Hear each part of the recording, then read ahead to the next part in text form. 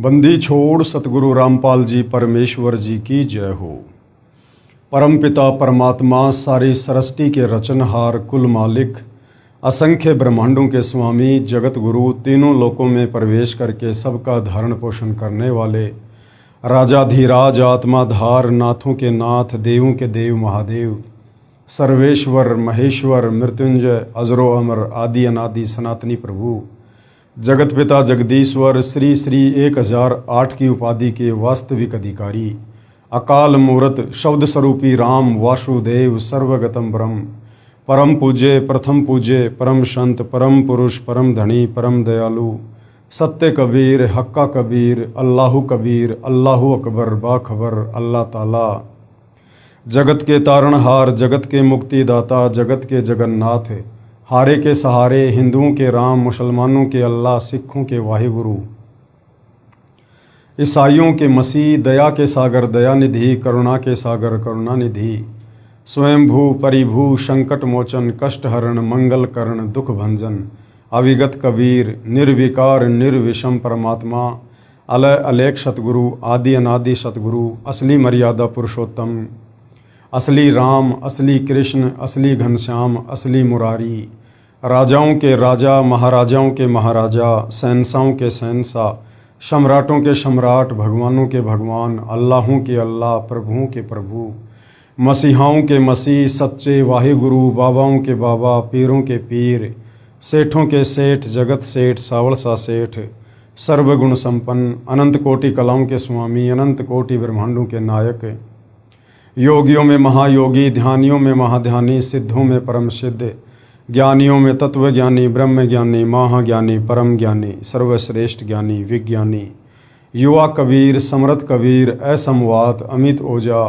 सच्चे रहनुमा करीम अल्लाह सुभान अल्लाह दुनिया के अंतिम पैगंबर 8 सितंबर 1951 से गांव धनाना जिला सोनीपत हरियाणा भारतवर्ष की पावन भूमि पे प्रकट रियल कल की भगवान श्री नारायण साकार हरि श्री बाबा साहेब नूर अनंत परमात्मा सच्चे दरवेश सच्चे बाखबर संत श्रोमणी सतगुरु रामपाल जी परमेश्वर जी के चरण कमल में आप और हम सभी भाई बहनों का अनंत कोटि दंडवत प्रणाम।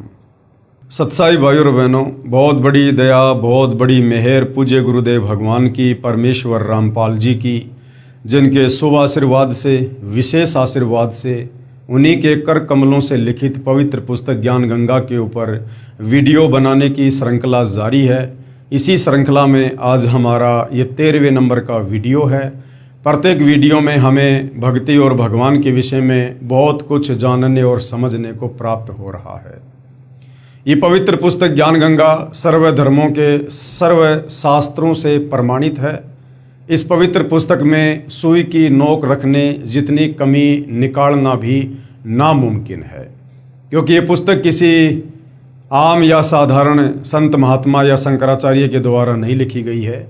ये पुस्तक साक्षात गीता जी अध्याय 4 श्लोक नंबर 34 में वर्णित तत्वदर्शी संत के कर कमल से लिखी गई है, जिस तत्वदर्शी संत की भूमिका स्वयं कबीर परमात्मा परम अक्षर ब्रह्म सत्य पुरुष खुद ही निभाते हैं। तो भाई और बहनों, जब तक हम सृष्टि रचना को अच्छे से नहीं समझेंगे तब तक हम किसी भी धर्म के किसी भी पवित्र धर्म ग्रंथ को नहीं समझ सकते, अर्थात हम भक्ति और भगवान के विषय में कुछ नहीं जान सकते।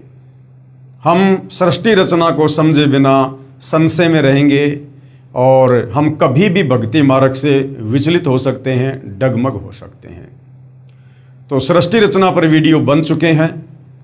सृष्टि रचना में हमने सुना कि सर्वप्रथम केवल एक ही लोक था जिसका नाम अनामी लोक था। अनामी लोक में कबीर परमात्मा स्वयं ही विराजमान थे। उस कबीर परमात्मा के और भी उपमात्मक नाम हैं, जैसे परम अक्षर ब्रह्म सत्य पुरुष अकाल मूर्त शब्द स्वरूपी राम आदि आदि। वेदों में उसे कबीर देव कबीर अग्नि कहा है। आदरणीय गरीबदास जी ने अपनी क्षेत्रीय भाषा में बंदी छोड़ कहा है। आदरणीय नानक जी ने हक्का कबीर कहा है। धर्मदास जी ने सत्य कबीर कहा है। उस कबीर परमेश्वर ने उसके बाद अपने आप ही विचार करके और अनामी लोक से नीचे 3 और अविनाशी लोकों की रचना की। सर्वप्रथम अगम लोक की रचना की, उसके बाद अलख लोक की रचना की और फिर सतलोक की रचना की। इन तीनों लोकों में कबीर परमात्मा रूप रूपांतरण करते हुए स्वयं ही विराजमान हुए और अगम लोक में विराजमान होने के कारण उनका उपमात्मक नाम अगम पुरुष पड़ा। फिर अलख लोक में विराजमान होने के कारण उनका नाम अलख पुरुष पड़ा और फिर चौथे लोक सतलोक में विराजमान होने के कारण उनका उपमात्मक नाम सत्य पुरुष पड़ा। सर्वप्रथम कबीर परमेश्वर जी ने सतलोक में सृष्टि रचना की। सर्वप्रथम अपने एक शब्द से 16 द्वीपों की रचना की। उसके बाद अपने 16 वचनों से 16 पुत्रों की रचना की, उत्पन्न किए और अपने प्रत्येक पुत्र को एक एक द्वीप में रहने का आदेश दिया। उसके बाद कबीर परमेश्वर जी ने सतलोक में अन्य रचना की, एक मानसरोवर भी बनाया। उसके बाद कबीर प्रभु ने, परम अक्षर ब्रह्म ने, सत्य पुरुष ने अपने 12वें नंबर के पुत्र अचिंत से कहा कि बेटा अब आप मेरे द्वारा दी गई वचन शक्ति से, शब्द शक्ति से सतलोक में अन्य रचना करो। अचिंत ने सृष्टि रचना में सहयोग के लिए एक आत्मा उत्पन्न की जिसका नाम अक्षर पुरुष रखा। अक्षर पुरुष सतलोक में बने मानसरोवर में सो गया। काफ़ी समय बीत गया। जब नींद से नहीं जागा तो अचिंत ने कबीर परमेश्वर जी से अर्ज की कि हे पिताजी, सृष्टि नहीं रची जा रही है क्योंकि अक्षर पुरुष मानसरोवर में सो गया है। कबीर परमेश्वर ने कहा कि बेटा तुम सृष्टि रचना करने में सक्षम भी नहीं हो। ये तो तुम्हें एक छोटा सा ट्रेलर दिखाया गया था ताकि आगे चलकर तुम मेरी किसी भी रचना में बीच में टांग ना अड़ाओ। समर्थ का काम उसी को साजे और करे तो मूर्ख बाजे। कबीर परमेश्वर जी ने मानसरोवर के जल को अपने हाथ में लिया, अपनी वचन शक्ति से एक अंडा बनाया। उस अंडे में अपनी वचन शक्ति से एक आत्मा प्रवेश की और मानसरोवर के जल में छोड़ दिया। अंडा जल के अंदर चला गया और अंडे की गड़गड़ाहट से अक्षर पुरुष की निंद्रा भंग हुई। अक्षर पुरुष ने क्रोध से देखा, अंडा 2 भाग हो गया। अंडे में एक आत्मा निकली जिसको अक्षर पुरुष का नाम दिया गया, जिसको ज्योति निरंजन नाम दिया गया। आगे चलकर यही अंडे से उत्पन्न आत्मा ज्योति निरंजन काल कहलाएगा।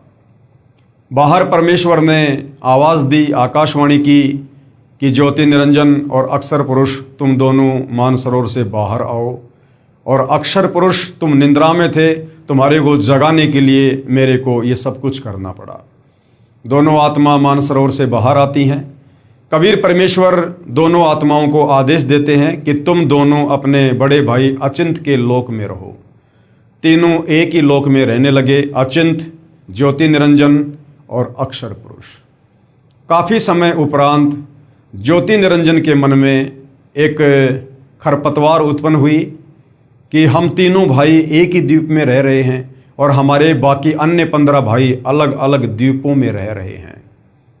ये सोचकर क्षर पुरुष यानी ज्योति निरंजन ने, जो आगे चलकर काल कहलाया, उसने एक पैर पर खड़ा होकर सतलोक में तप करना शुरू कर दिया, यानी हट करना शुरू कर दिया। जब ये सतलोक में तप कर रहा था तो उस समय अन्य बहुत सारी आत्माएं, जिसको कबीर परमेश्वर जी ने अपने वचन से उत्पन्न कर दिया था, सभी को रहने के लिए बढ़िया बढ़िया जगह, बढ़िया बढ़िया मकान और बहुत सारी सुविधा उपलब्ध करवा दी थी। हम सभी आत्माएं जो आज इस काल के किस ब्रह्मांड में फंसी हुई है, जब ये क्षर पुरुष सतलोक में तप कर रहा था, हम इसके चारों तरफ हो गए, हम इसके ऊपर आसक्त हो गए और हम इसकी प्रशंसा करने लगे। उसी समय कबीर परमात्मा भी आकाशवाणी के माध्यम से हमें सावधान किया करते थे कि बच्चों, इस नादान की नादानी को मत देखो, ये अपने कर्म फोड़ रहा है। तुम्हारे को किस चीज़ की कमी है, तुम आराम से रहो, मौज से रहो। हम ऊपर से तो सावधान हो गए, लेकिन अंदर से काल की जो चाहत थी वो कम नहीं हुई। हम उसकी प्रशंसा करते ही रहे। 70 युग तप करने के बाद कबीर परमेश्वर जी ने ज्योति निरंजन से पूछा कि भाई आपको क्या चाहिए, क्यों तप कर रहे हो। उसने कहा, पिताजी जहाँ मैं रह रहा हूँ वो जगह मेरे लिए कम है, मुझे अलग से राज्य प्रदान कीजिए। कबीर परमेश्वर ने उसे सतलोक में 21 ब्रह्मांड दे दिए, जैसे कोई धनी पिता अपने बच्चे को 21 प्लाट दे देता है। उन 21 ब्रह्मांडों को प्राप्त करके ज्योति निरंजन बड़ा प्रसन्न हुआ। कभी किस प्लाट में जाता है, कभी किस ब्रह्मांड में जाता है। ये ब्रह्मांड उस समय सतलोक में ही थे। कुछ समय उपरांत ज्योति निरंजन के मन में आया कि खाली प्लाट का लेकर क्या करूँगा, इसमें कुछ रचना होनी चाहिए, कुछ कंस्ट्रक्शन होना चाहिए। ये सोचकर उसने 70 युग फिर तप किया और हम नादान आत्माएं इसी प्रकार से उसके पीछे लगे रहे, उसकी प्रशंसा करते रहे। परमेश्वर हमें बार बार सावधान करते रहे, लेकिन हम नहीं माने। कबीर परमेश्वर ने देखा कि ये तमाम आत्माएं पतिव्रता पद से नीचे गिर चुकी हैं। अब इनकी आस्था मुझ में कम और इस ज्योति निरंजन में ज़्यादा हो चुकी है। अब ये आत्माएं सतलोक में रहने योग्य नहीं है। उसी समय 70 युग बीत जाने के बाद कबीर परमेश्वर जी ने ज्योति निरंजन से पूछा, भाई आपको जो चाहिए था मैंने दे दिया, अब आपको क्या चाहिए? ज्योति निरंजन ने कहा, पिताजी मुझे कुछ रचना की सामग्री चाहिए। कबीर परमेश्वर ने 3 गुण और 5 तत्व इस क्षर पुरुष को दे दिए, रजगुण, सतगुण, तमगुण और अग्नि, पृथ्वी, जल, वायु, आकाश। 5 तत्व 3 गुण प्राप्त करके ज्योति निरंजन फूला नहीं समा रहा था और बहुत सारी रचना इसने अपने 21 ब्रह्मांडों में की। साथ में हम आत्माओं को कहने लगा, क्या तुम मेरे साथ चलोगे?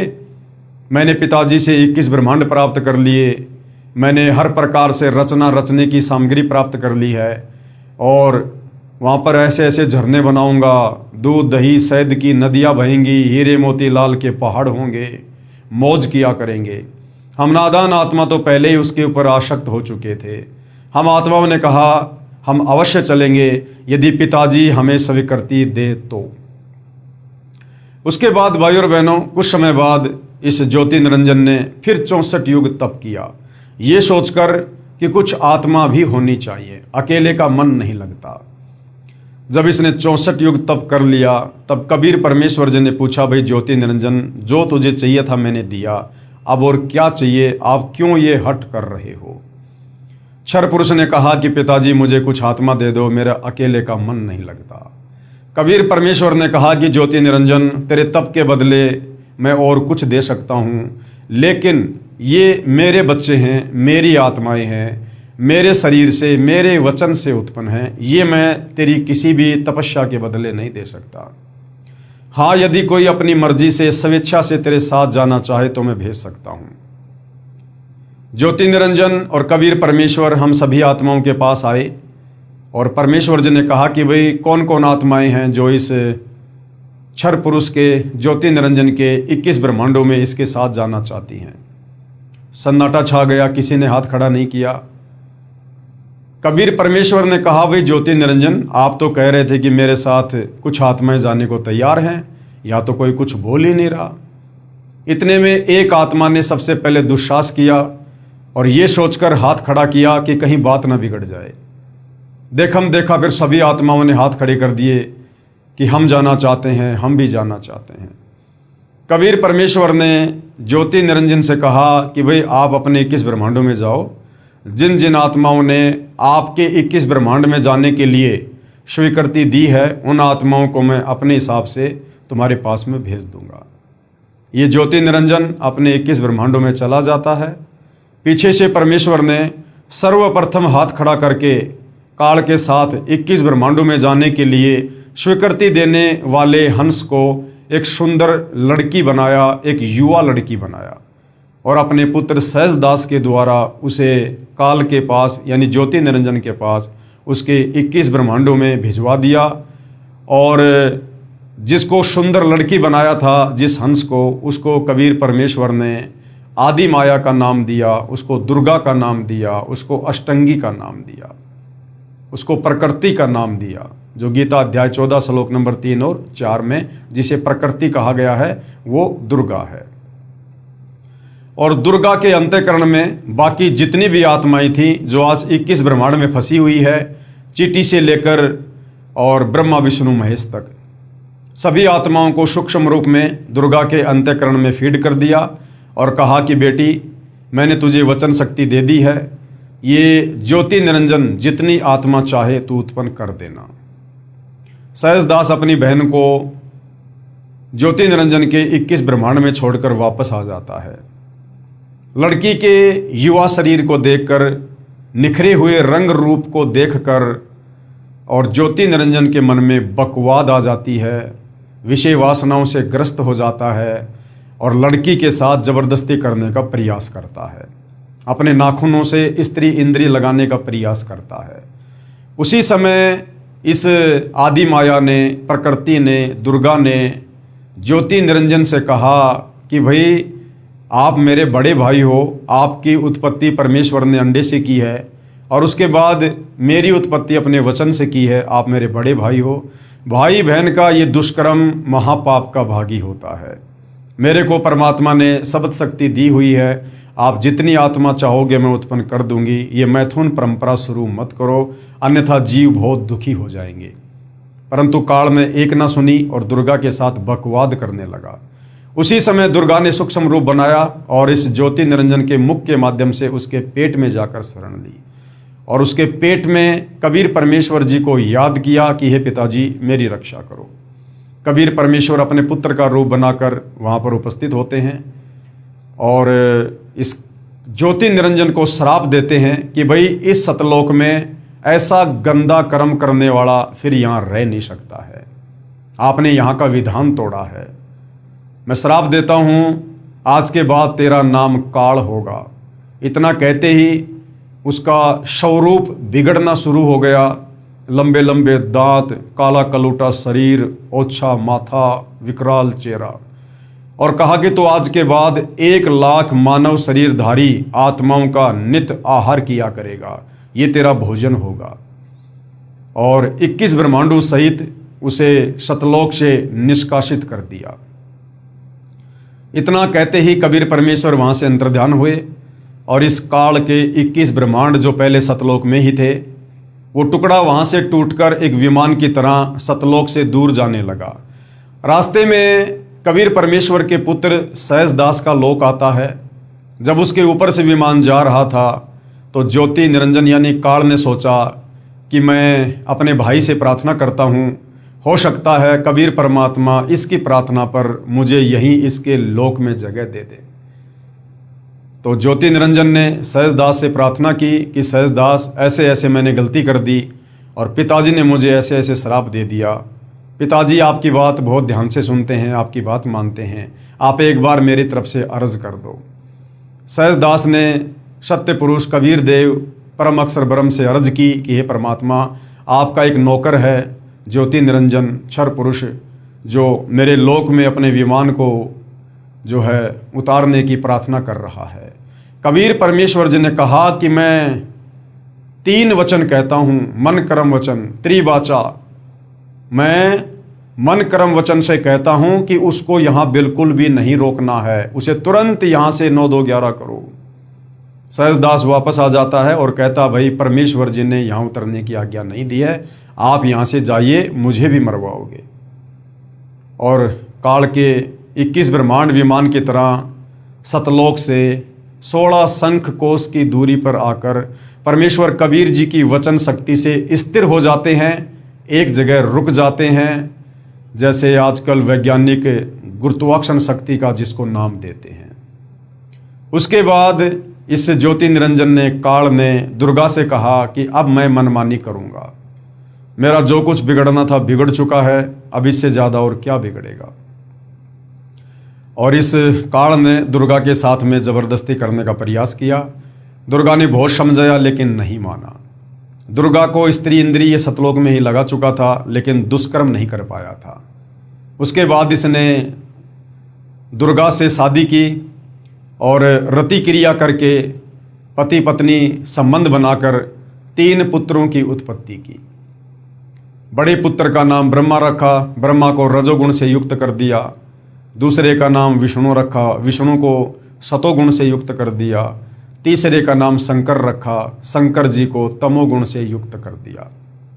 और उसके बाद तीनों पुत्रों को अचेत करके ब्रह्मा जी को कमल के फूल पर लेटा दिया, श्री विष्णु जी को शेषनाग की सैया पर लेटा दिया, शंकर जी को कैलाश पर्वत पर बैठा दिया। और उसके बाद इस काल ने दुर्गा से कहा कि दुर्गा, अब मैं प्रतिज्ञा करता हूँ 21 ब्रह्मांड में मैं किसी को भी अपने ओरिजिनल काल रूप में दर्शन नहीं दूंगा। यदि किसी को मेरे विषय में हकीकत का पता चल गया, सच्चाई का पता चल गया, और जब कभी वो कबीर परमात्मा इस लोक में आएंगे, अपनी आत्माओं को ज्ञान समझाएंगे, तो मुझे देखकर ये सारी आत्माएं यहाँ से सतलोक चली जाएंगी, फिर मेरे भोजन का क्या होगा। अब मैं 21वें ब्रह्मांड में गुप्त रहूँगा और सारी की सारी जिम्मेदारी दुर्गा तुम संभालोगी और तीनों पुत्रों के माध्यम से तुम सृष्टि को चलाओगी। और जब कभी कोई मुसीबत तुम्हारे ऊपर आए तो तुम मुझे याद करना, मैं वहाँ तुम्हारी मदद करूँगा। तुम केवल निमित्त बनी रहो, बाकी सारा कार्य गुप्त रूप से मैं स्वयं करूँगा। और काल अपने 21वें ब्रह्मांड में चला गया। उसके बाद इस काल ने दुर्गा के माध्यम से तीनों देवताओं को सचेत कर दिया, तीनों को आपस में मिला दिया और दुर्गा से कहा कि इन तीनों को समुद्र मंथन पर लेकर जाओ और समुद्र मंथन में मेरी कृपा से 4 वेद निकलेंगे, उन 4 वेदों को आप ब्रह्मा जी को दे देना। ऐसा ही हुआ। समुद्र मंथन के दौरान 4 वेद निकले जो काल ने पहले ही समुद्र में छुपा रखे थे। 4 वेद श्री ब्रह्मा जी को दे दिए गए। जब श्री ब्रह्मा जी ने 4 वेद पढ़े तो ब्रह्मा जी ने देखा कि कोई और ब्रह्म है, कोई और परमात्मा है जो मनुष्य दृश्य है, तेजोमय शरीर है, वो साकार है। उससे पहले जब ब्रह्मा जी दुर्गा जी से पूछा करते थे कि माता जी हमारा पिता कौन है, तो दुर्गा कहती थी बेटा मैं तेरी माँ हूँ, मैं तेरा पिता हूँ। लेकिन वेद पढ़ने के बाद पता चला कि कोई और ब्रह्म है। तो ब्रह्मा जी ने कहा कि माता जी वेदों में तो लिखा कि कोई और ब्रह्म है और वो प्राप्त हो सकता है, मानव सदृश्य रूप है उसका। वेदों में लिखी सच्चाई को देखने के बाद दुर्गा ने कहा कि हाँ बेटा तुम्हारा पिता है, लेकिन वो तुम्हें दर्शन नहीं देगा। ये बात सुनकर ब्रह्मा जी को अपनी माता पर अविश्वास हो गया कि माता आप तो झूठी हो। पहले कहा करती थी कि मेरा कोई पिता नहीं है, मैं ही तेरा पिता हूँ, मैं ही तेरी माँ हूँ। अब मैंने वेदों को पढ़ा और सवाल किया तो आप कह रही हो कि हाँ ब्रह्म है, लेकिन वो तुम्हें दर्शन नहीं देगा। मैं तो अपने पिता के दर्शन करूँगा। दुर्गा ने बहुत समझाया, लेकिन ब्रह्मा जी नहीं माने और अपने पिता की खोज में उत्तर दिशा की ओर चल दिए। जाने से पहले दुर्गा जी ने पूछा कि बेटा यदि तेरे पिता ब्रह्म ने तुझे दर्शन नहीं दिए तो तू क्या करेगा। ब्रह्मा जी ने कहा कि मैं आपको अपनी शक्ल नहीं दिखाऊंगा। ब्रह्मा जी ने 4 युग तक समाधि लगाई, ध्यान लगाया, लेकिन काल पहले ही अपनी प्रतिज्ञा कर चुका था कि मैं किसी भी तरह से किसी को दर्शन नहीं दूंगा। जब 4 युग बीत गए, उधर से काल ने दुर्गा को आकाशवाणी की कि दुर्गा भोजन का क्या हुआ, सृष्टि क्यों नहीं रची जा रही। दुर्गा ने कहा कि तुम्हारा बड़ा बेटा ब्रह्मा तुम्हारी खोज में निकला है और ब्रह्मा के बिना सृष्टि नहीं रची जा सकती, क्योंकि ब्रह्मा रजोगुण युक्त है और रजोगुण के प्रभाव से ही आपस में जीव विषय वासनाओं में बंधकर संतान उत्पत्ति कर सकते हैं। काल ने कहा दुर्गा ब्रह्मा जी को वापस बुलाओ, मैं उसे दर्शन नहीं दूंगा। दुर्गा ने अपनी वचन शक्ति से एक लड़की उत्पन्न की जिसका नाम गायत्री रखा और कहा कि बेटी जा अपने बड़े भाई ब्रह्मा को लेके आ। गायत्री वहां गई तो ब्रह्मा समाधि में था।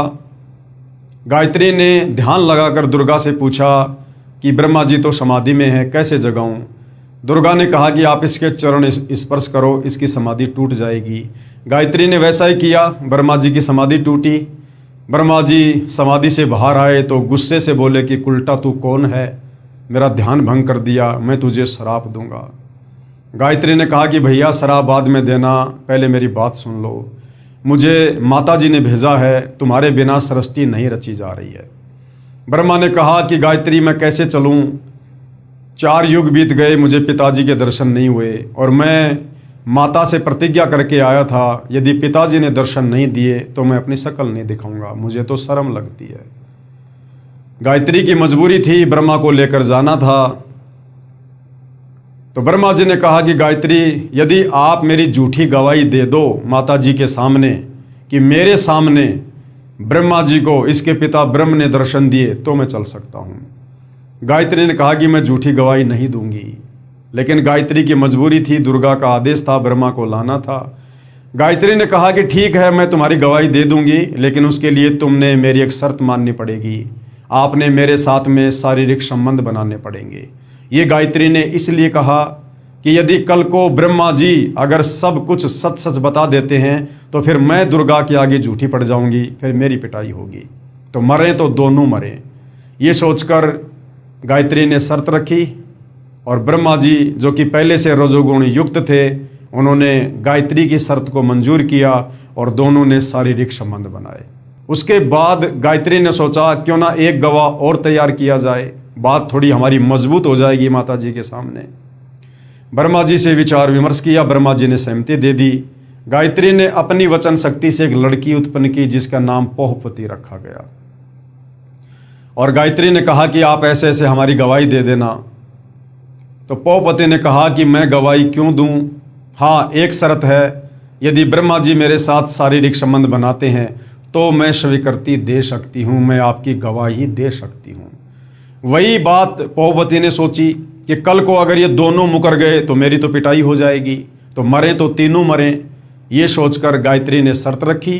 वो शर्त ब्रह्मा जी ने स्वीकार की, पोहपति के साथ में शारीरिक संबंध बनाए। और ब्रह्मा जी ने दोनों को समझा दिया था, क्योंकि वेदों में परमात्मा के विषय में लिखा हुआ है कि उनका तेजोमय शरीर है, मानव सदृश्य रूप है। तो ब्रह्मा जी ने दोनों को कह दिया, गवाही देते समय यदि माता जी पूछे कि बताओ भाई ब्रह्म का कैसा रूप है, कैसा दिखता है, तो आप ऐसे ऐसे बता देना।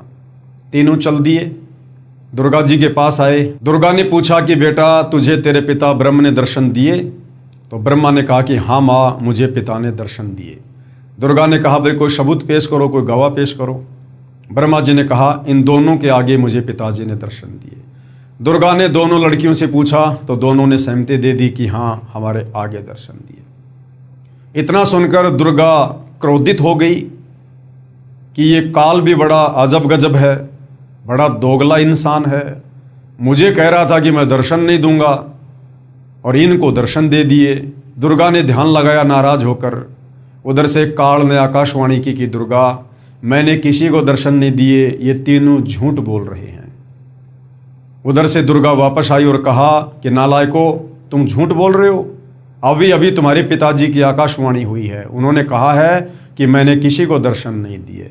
इतने में ब्रह्मा जी हंसने लगे और कहने लगे माता, मैं क्या करता, मेरी मजबूरी थी, मुझे शर्म लग रही थी। मैं आपको ये कहकर गया था यदि पिताजी के दर्शन नहीं हुए तो मैं अपनी शक्ल नहीं दिखाऊंगा।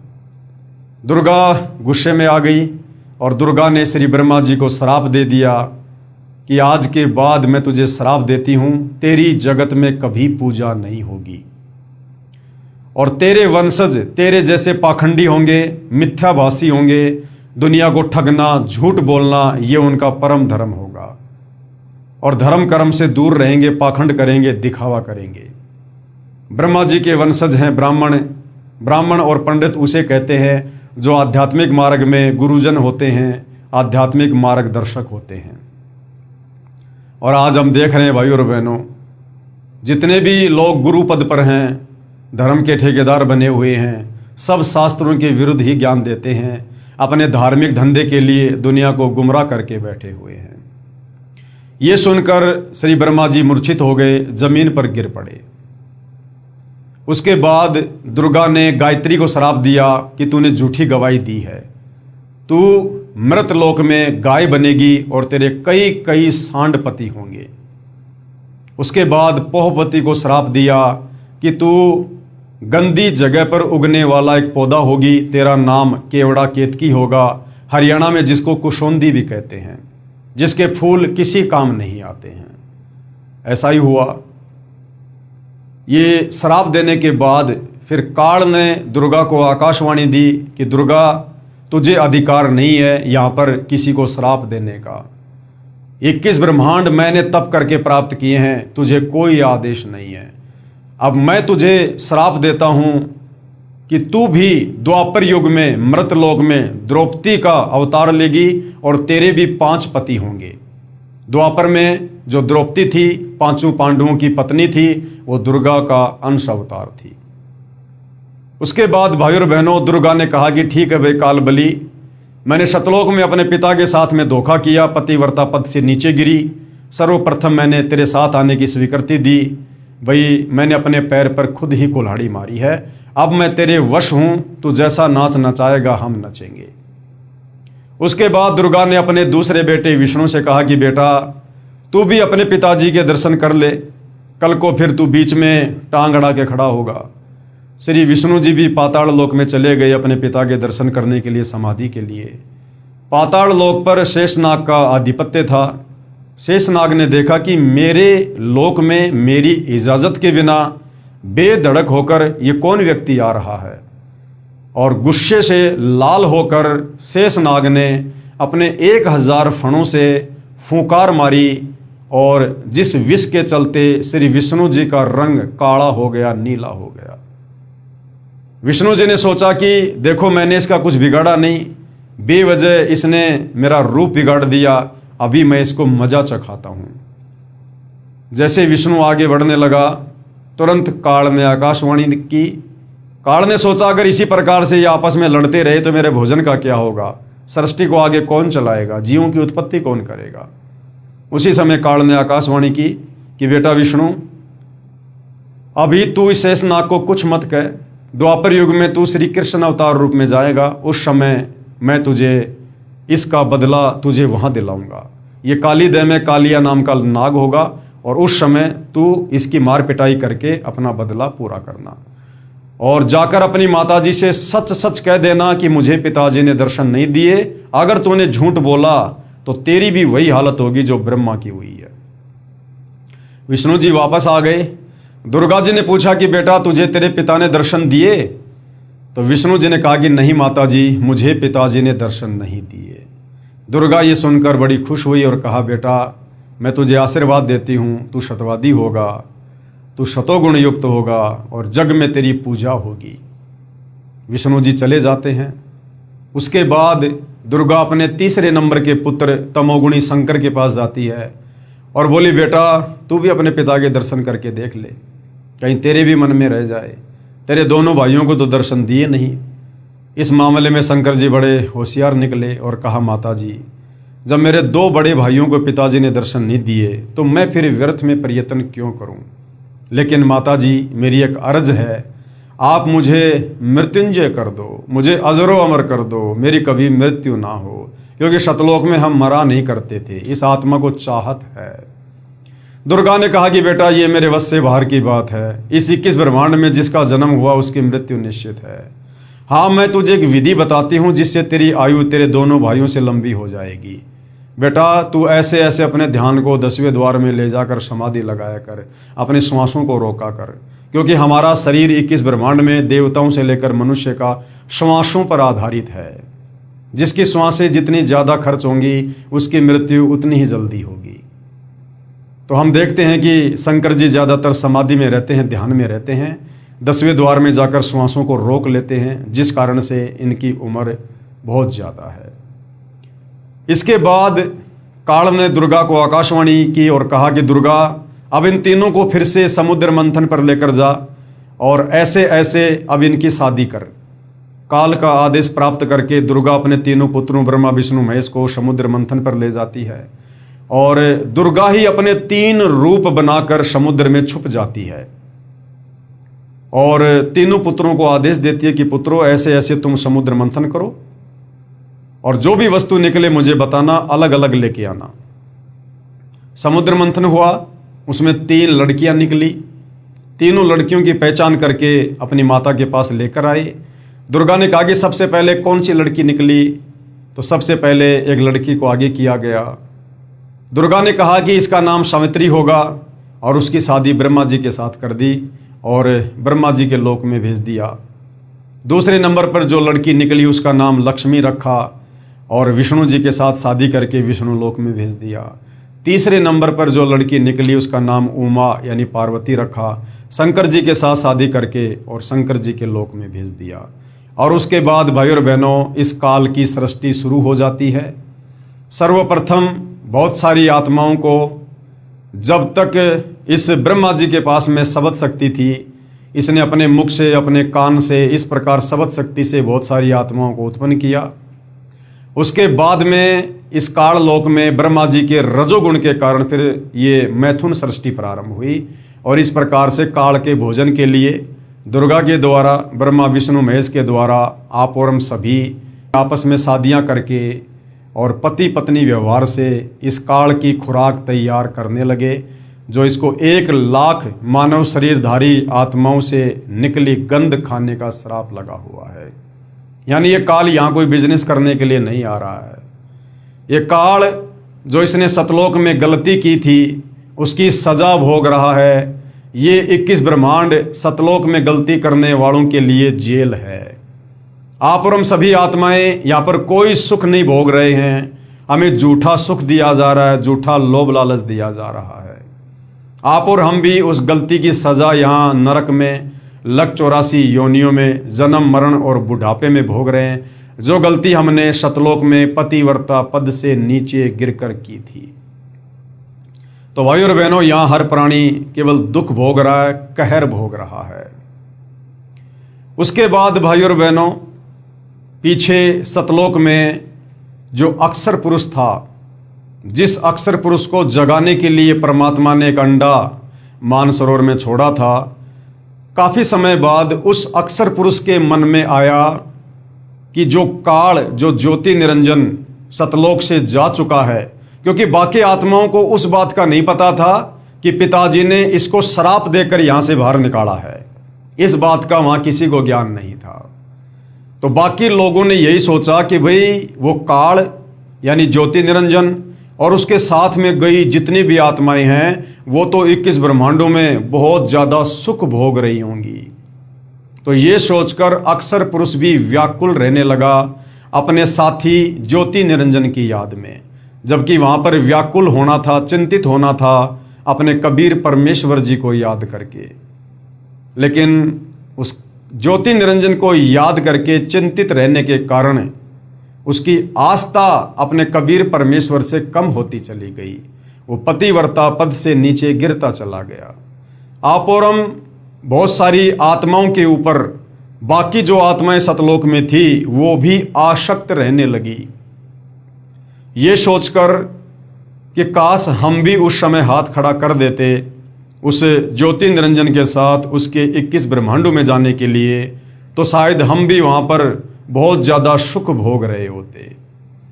तो बाकी आत्माएं भी पतिव्रता पद से नीचे गिर गई थी। और सतलोक में जो जो आत्मा पतिव्रता पद से नीचे गिर जाती है, परमेश्वर उन आत्माओं को वहाँ पर नहीं रखते हैं। अक्षर पुरुष सार नाम का जाप करता था, लेकिन अलग से राज्य प्राप्ति करने की मन में इच्छा थी, चाहत थी, और अपने साथी ज्योति निरंजन की याद में व्याकुल रहता था। कबीर परमेश्वर ने उसे कहा कि भाई आप ऐसे क्यों रहते हो, आपको किस बात की कमी है, क्या चाहिए आपको। अक्षर पुरुष ने कहा कि पिताजी मुझे भी अलग से कुछ राज्य दीजिए, कुछ ब्रह्मांड दीजिए। तो कबीर परमात्मा जी ने उसे 7 संख्य ब्रह्मांड प्रदान कर दिए, जो उस समय सतलोक में ही थे।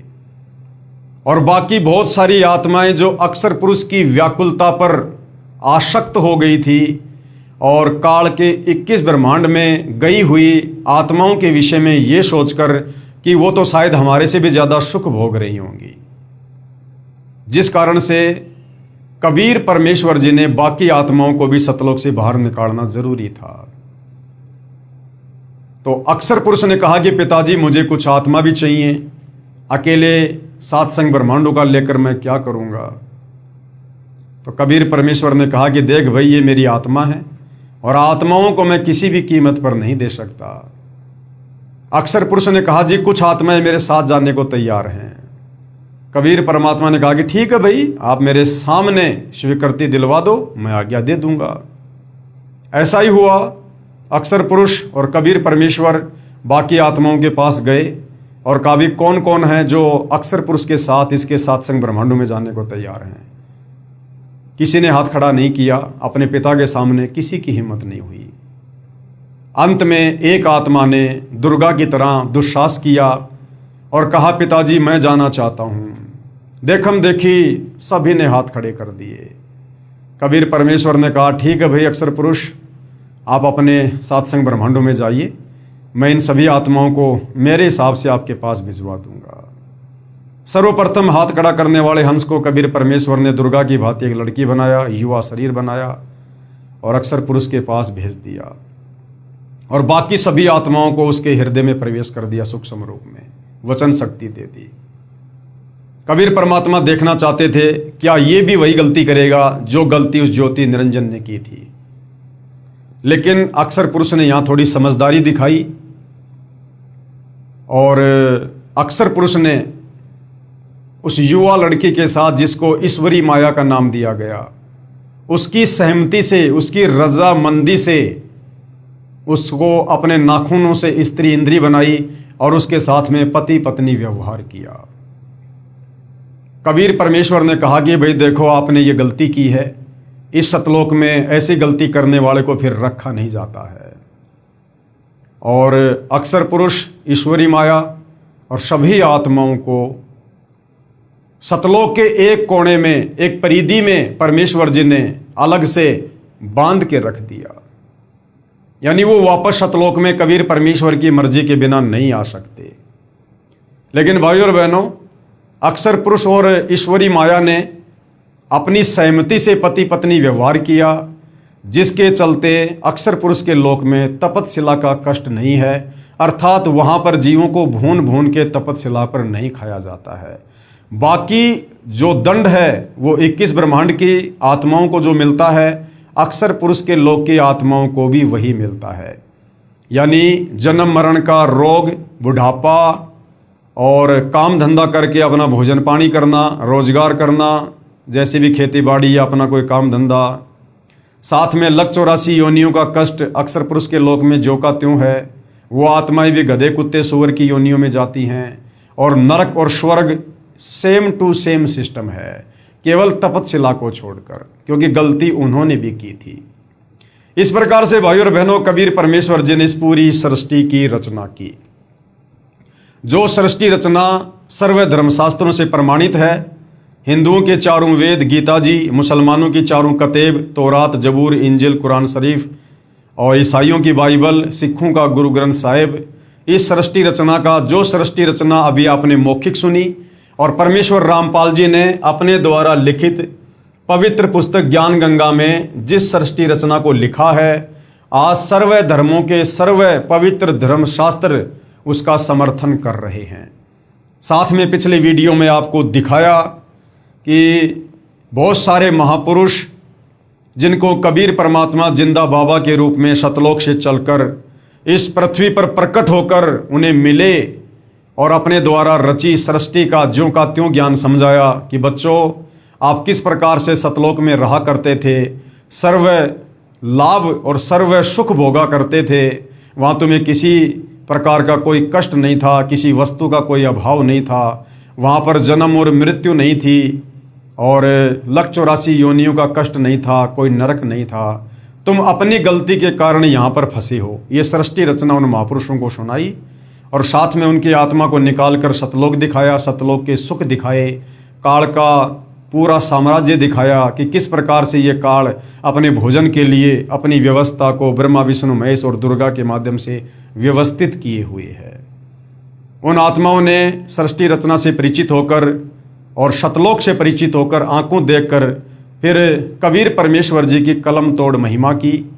आदरणीय धर्मदास जी ने जो है कबीर सागर लिखा, आदरणीय जो है दादू जी ने दादू शब्दावली लिखी, मलुकदास जी ने भी अपना ग्रंथ लिखा, आदरणीय गरीबदास जी ने 5वां वेद सूक्ष्म वेद सदग्रंथ साहिब लिखा और ज्यों का त्यों लेख सृष्टि रचना को लेकर जो आज हमारे शास्त्रों में है, जो 650 साल पहले बनारस के काशी में प्रकट कबीर परमेश्वर जी ने बताया था, आज तमाम महापुरुषों की वाणियाँ कबीर परमेश्वर जी की वाणियों का समर्थन कर रही हैं, ताकि भाइयों और बहनों आप और हमें विश्वास हो सके कि वास्तव में आप और हम इस काल के 21 ब्रह्मांड में जेल काट रहे हैं, नरक भोग रहे हैं और हम गलती करके सतलोक से यहाँ पर आए हुए हैं।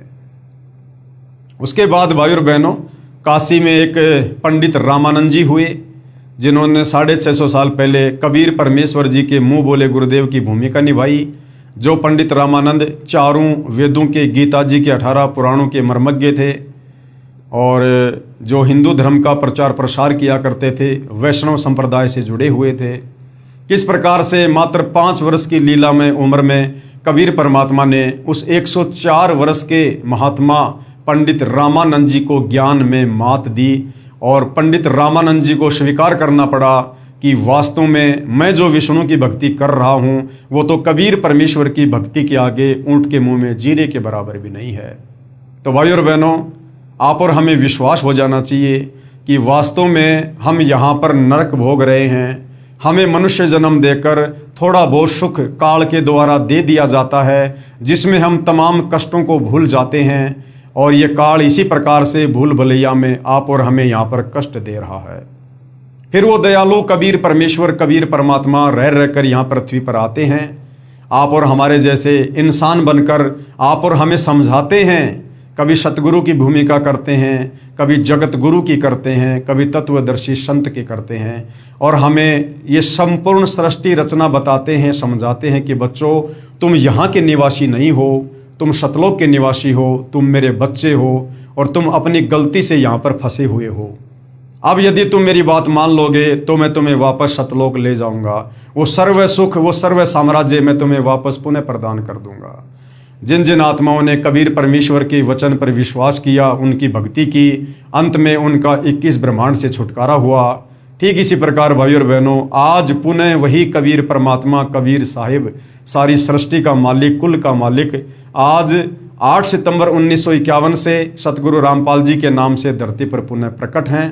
तत्वदर्शी संत की भूमिका करते हुए जो गीता जी अध्याय 4 श्लोक 34 में लिखा है कि अर्जुन, तत्वदर्शी संत के बिना तुझे कोई भी अध्यात्म के विषय में नहीं बता सकता है। तो आज पुनः हमें सृष्टि रचना सुनाकर, बताकर, समझाकर सतलोक के लिए तैयार करने का प्रयास कर रहे हैं। भाई और बहनों, आप और हमने भी पूरी शिद्दत के साथ में सतगुरु रामपाल जी के ज्ञान को समझकर और यहाँ से अपना पीछा छुड़वाने की सोचनी चाहिए, हमने विचार करना चाहिए। ऐसा मौका भाई और बहनों युगों युगों उपरांत मिलता है। अन्यथा आज हम मनुष्य जन्म में हैं, कल को फिर लग 84 योनियों में जाएंगे, गधे कुत्ते सूअर बनकर अपना कर्म भोगेंगे, फिर कर्म आधार से नरक में भी जाएंगे और इस काल की चक्की में इसी प्रकार से हम पिसते रहेंगे। तो आज वो मौका है, यदि कोई फायदा उठाना चाहे तो आगे भाई और बहनों, इस संपूर्ण सृष्टि रचना पर और इस संपूर्ण सच्ची कहानी पर जो आज सतगुरु रामपाल जी ने बताई और सर्व धर्मों के सर्व धर्मशास्त्र जिसको प्रमाणित कर रहे हैं, आप और हमें और कैसे दृढ़ विश्वास हो, इसके लिए और बहुत सारे जो पवित्र शास्त्र हैं उनमें भी लिखा हुआ है। और सतगुरु रामपाल जी ने ये पवित्र पुस्तक ज्ञान गंगा, इसके पेज नंबर 94 पर आप और हमें और क्या कुछ समझाना चाहा है। पवित्र शास्त्र भी कबीर देव यानी कबीर परमेश्वर के साक्षी हैं कि भाई वास्तव में असल में पूर्ण ब्रह्म परमात्मा कबीर देव, कबीर अग्नि, कबीर परमेश्वर ही हैं। इसी प्रकार कबीर देव यानी कबीर परमेश्वर ने मुसलमानों को बुरा नहीं कहा है, न ही पवित्र कुरान शरीफ को गलत कहा है। केवल उन काजी व मुल्लाओं को लताड़ा है जो सर्व समाज को कुरान शरीफ के वास्तविक ज्ञान के विपरीत मनमानी साधना करवा रहे हैं। जैसे पवित्र वेदों के बोलने वाला ब्रह्म कह रहा है कि पूर्ण परमात्मा कबीर देव के विषय में कोई जन्म लेकर अवतार रूप में आना मानते हैं, कोई कभी जन्म ना लेने वाला निराकार कहते हैं। उसकी जानकारी तो धीराणाम, धीराणाम का मतलब होता है तत्वदर्शी संत, उसकी जानकारी तो धीराणाम यानी तत्वदृष्टा संत ही बताएंगे। चारों वेदों का ज्ञान हो, चाहे पवित्र गीता जी का ज्ञान हो, ये इस काल ब्रह्म ने दिया है। और ये काल ब्रह्म कह रहा है कि भाई परमात्मा के विषय में सही सही व्याख्या कोई तत्वदर्शी संत ही बता सकता है। बाकी अपनी अपनी अटकलबाजी से कोई कहता है कि परमात्मा जन्म लेकर आता है, जैसे राम और कृष्ण आते हैं। कोई कहता है कि परमात्मा तो निराकार है, वो जन्म लेके नहीं आता है। तो वेदों को बोलने वाला ब्रह्म कह रहा है कि भाई अर्जुन, इसकी सही सही जानकारी तो तुझे कोई तत्वदर्शी संत ही दे सकता है। मैं ब्रह्म यानी काल नहीं जानता, यजुर्वेद अध्याय 40 मंत्र 10 इस बात का प्रमाण है। इसी का प्रमाण पवित्र गीता अध्याय 4 श्लोक 34 तथा अध्याय 15 श्लोक 1 से 4 में भी है कि अर्जुन, तू किसी तत्वदर्शी संत की खोज कर ले। कपट छोड़कर सरलता पूर्वक व्यवहार करने से, उसको दंडोत प्रणाम करने से वो तत्वज्ञानी महात्मा तुझे तत्व ज्ञान का उपदेश करेंगे, तुझे भक्ति और भगवान के विषय में यथार्थ जानकारी देंगे। जब तक वह तत्वदर्शी संत नहीं मिलेगा तब तक जीव का कल्याण असंभव है। ये गीता का ज्ञान देने वाला ब्रह्मा विष्णु महेश का पिता, दुर्गा का पति, हिंदू भाई जिसे अपना परमात्मा कहते हैं, वो खुद कह रहा है कि अर्जुन, अध्यात्म के विषय में मुझे भी कंप्लीट ज्ञान नहीं है।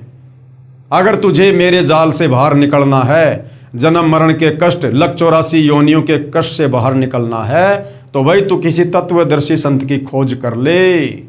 और भाई और बहनों, बड़े सौभाग्य से वह तत्वदर्शी संत वर्तमान में सतगुरु रामपाल जी हैं। वह संत अब आ गया है। इन तत्वदर्शी संत महात्मा जी को पहचानो। यानी वह तत्वदर्शी संत कौन है? सतगुरु रामपाल जी। अब उनकी पहचान करो, पहचान। और पहचान कैसे होगी? पहचान होगी उनके सत्संग सुनने से, उनके द्वारा लिखित पुस्तकों को पढ़ने से। आगे भाई और बहनों, पवित्र कुरान शरीफ में प्रमाण कि कबीर ही परमात्मा है, कबीर ही अल्लाह है। कुरान शरीफ का ज्ञान देता ये ब्रह्म ही है। जैसे गीता का ज्ञान देने वाला ब्रह्म है, ऐसे ही कुरान का ज्ञान देने वाला भी यही ब्रह्म है, मुसलमान भाई जिसे अपना अल्लाह कहते हैं। इसी प्रकार पवित्र कुरान शरीफ के अध्याय सूरत फुरकानी संख्या 25 आयत 52 से 59 में कहा है कि वास्तव में इबादही कबीरा, इबादही कबीरा यानी पूजा के योग्य कबीरा, पूजा के योग्य कबीर अल्लाह है। ये है कबीर, वही पूर्ण परमात्मा है जिसने 6 दिन में सृष्टि रची तथा 7वें दिन तख्त पर जा विराजा, और उसकी खबर किसी बाखबर से पूछ देखो। कुरान शरीफ का ज्ञान देने वाला मुसलमान भाई जिसे अपना अल्लाह कहते हैं, ये वास्तव में ब्रह्म है, ब्रह्मा विष्णु महेश का पिता है, दुर्गा का पति है, जो हजरत मोहम्मद जी को कुरान शरीफ का ज्ञान दे रहा है। अब भाई और बहनों, चक्कर क्या है? इस काल ब्रह्म ने अपने स्वार्थ के चलते, क्योंकि इसको 1 लाख आत्माओं को रोजाना खाना पड़ता है, ये किसी को भी यथार्थ ज्ञान से परिचित नहीं होने देता है, सबको भ्रमित करके रखता है। अब सृष्टि रचना से आपको ये तो समझ में आ ही गया कि इसने किस ब्रह्मांड में किस प्रकार से अपनी व्यवस्था सेट कर रखी है।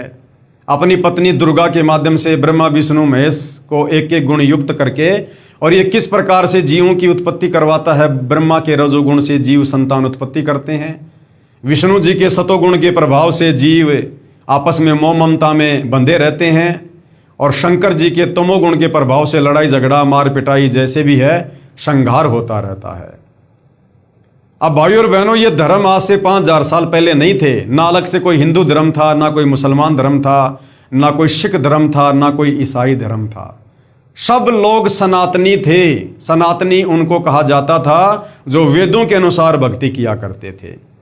लेकिन भाइयों और बहनों, जब कबीर परमात्मा सतलोक से चलकर हम आत्माओं की सुध लेने के लिए इस काल के 21 ब्रह्मांड में जब प्रथम बार आए, हम आत्माओं को दुखी देखकर, तो इस काल के 21वें ब्रह्मांड में जो तपतशिला है, जहाँ ये जीवों को भून भून के खाता है, वहाँ पर कबीर परमात्मा अपने पुत्र जोगजीत के रूप में आए थे।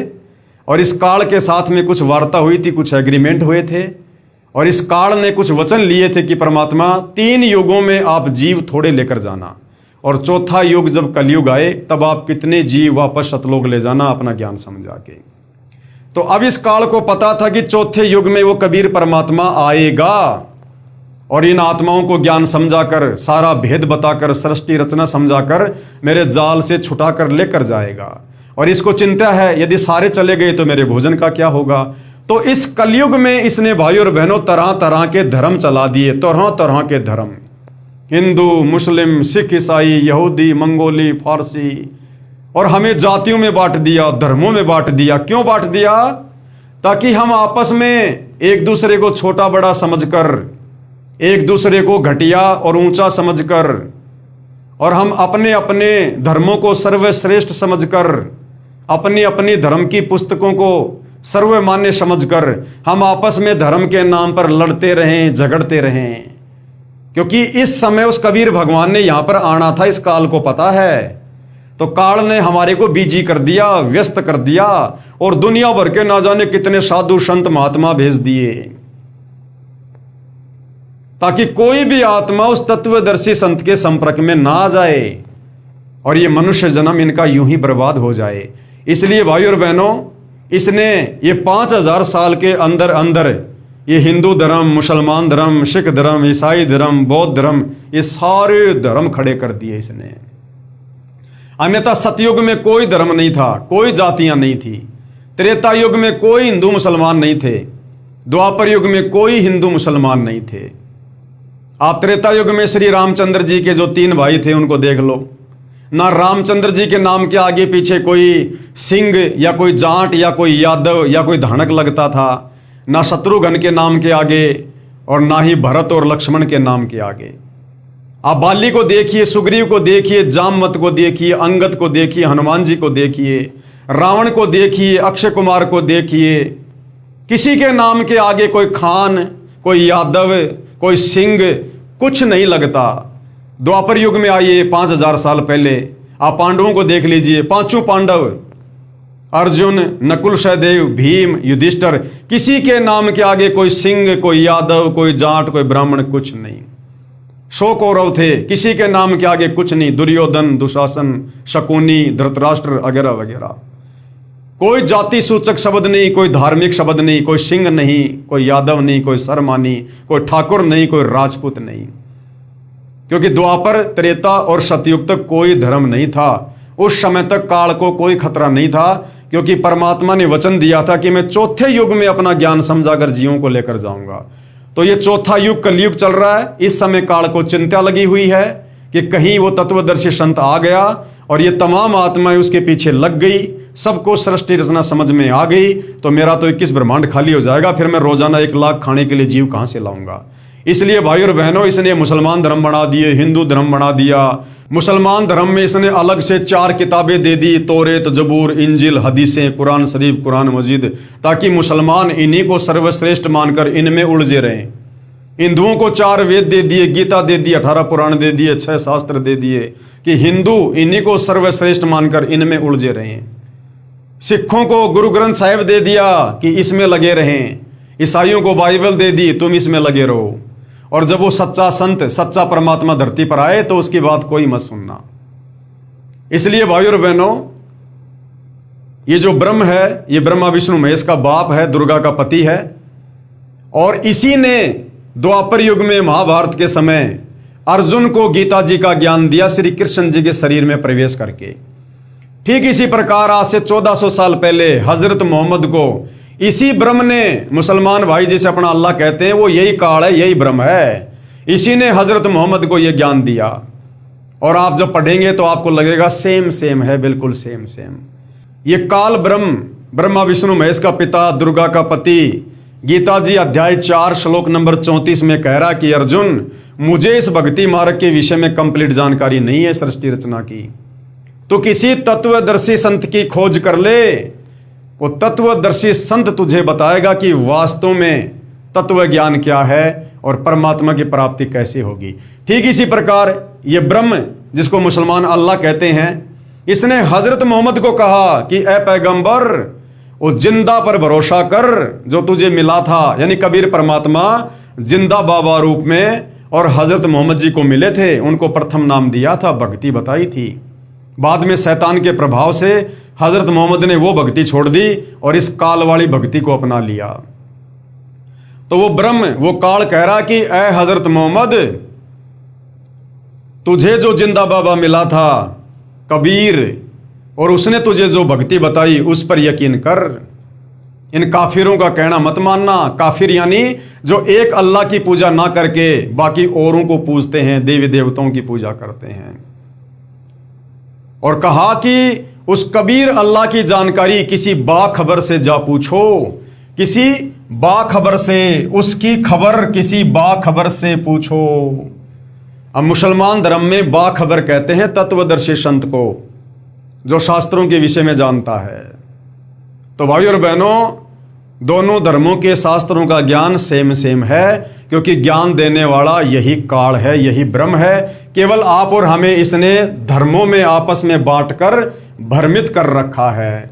और इसी भ्रमणा को तोड़ने के लिए अब शतलोक से चलकर वही कबीर परमेश्वर, उसे चाहे जिंदा बाबा को हो, चाहे बाखबर को हो, चाहे धीरानाम संत को हो, चाहे तत्वदर्शी संत को हो, सतगुरु को हो, जगत गुरु को हो, वही कबीर परमात्मा सतगुरु रामपाल जी के नाम से धरती पर प्रकट हैं। अगर फायदा उठा सको तो उपदेश लेकर उठा लो। पवित्र कुरान शरीफ को बोलने वाला अल्लाह यानी ये काल स्वयं किसी और कबीर नामक प्रभु की तरफ संकेत कर रहा है तथा कह रहा है कि पूर्ण परमात्मा कबीर के विषय में मैं भी नहीं जानता।